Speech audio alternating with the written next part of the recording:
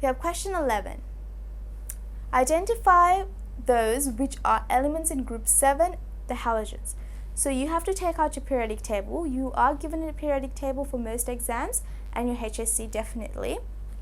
So from here you should go down your periodic table and try to identify which of these. We have Ag, which is silver, aluminium, bromium, and we have bromine and calcium, chlorine, copper, fluorine, iron, sodium, neon, and sulfur.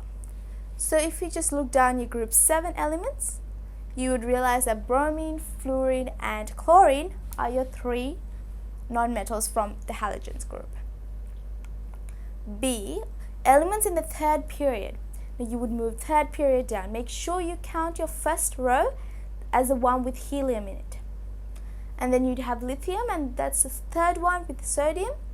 So which of these are in the third period? It's sodium, aluminium, sulfur, and chlorine. So as you can see, chlorine we can define as 1 in group 7, period 3. Now C, the transitional metals. So that's all the metals that belong to the middle block. And they're silver, copper, and iron. Quite simple, very easy, and it is very easy to do if you have a periodic table with you. 12. Identify the elements that occupy the following positions in the periodic table. So this is just locating which element it is. So what you'll be doing is move down 3 periods. Make sure with this is a tricky question because they're always trying to trick the kids to get the periods right. When you're counting your periods, always count the first period, which has helium in it. You would tend to forget that. So period 3, group 7 is chlorine. Then we have B, which is period 2 and group 2, which is beryllium. We have period 5, group 6 there, which is tellurium. D, the transitional element with 47 protons in the nucleus. Now what does that mean? 47 protons. 47 protons defines its atomic number.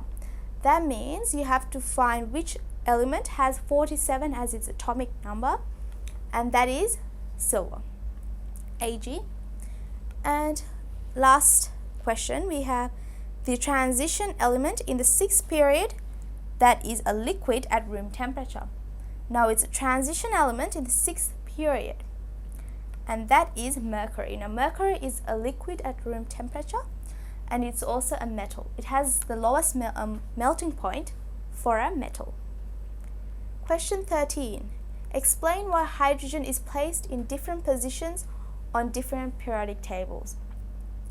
Now in this case, you would define why hydrogen is such an uncertain element, how it has metallic and non-metallic properties.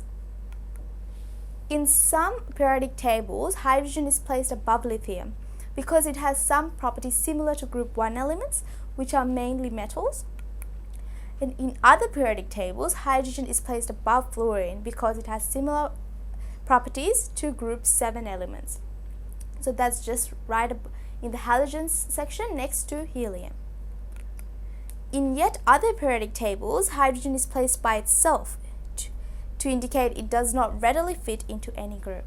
And this is the most correct one because it doesn't readily fit into any. It has confusing properties between these two.